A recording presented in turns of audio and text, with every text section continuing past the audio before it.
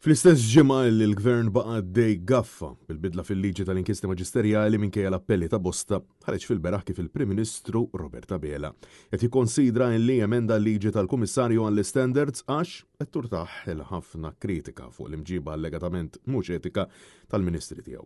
Dan intqal fl-editorjal ta' The Malta Independent kif l-editur insista mingħajr ma qatt jomod kliemu li l-ebda membru parlamentari laburista ma huwa kapaċi jitkellem kontra l-istil awtoritarju illi dan l-aħħar timexxi biha Abela, partikolarment wara li issa kważi jagħmilha impossibbli biex ċittadin normali jifta' inkjesta maġisterjali.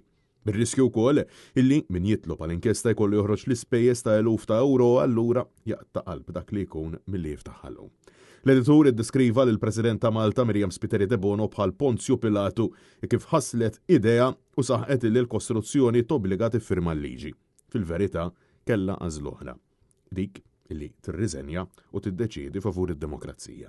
Fl-editorjal jintqal kif Robert Abela jrid mhux biss jimmina d-demokrazija u baqa' dej bl-emenda fil-liġi minkejja oppożizzjoni minn kull qasam, iżda sewwa ċar illi jrid jagħmilha ta' mħallef u ġurat dwar kwalunkwe kritika li jirċievi l-Gvern fejn saħansitra ma jiddejjax jeddet lil kummissarju għall-Standards fil-ħajja pubblika li se juża s-saħħa leġislattiva li għandu biex jalaq ħalq minn ma jaqbilx miegħu.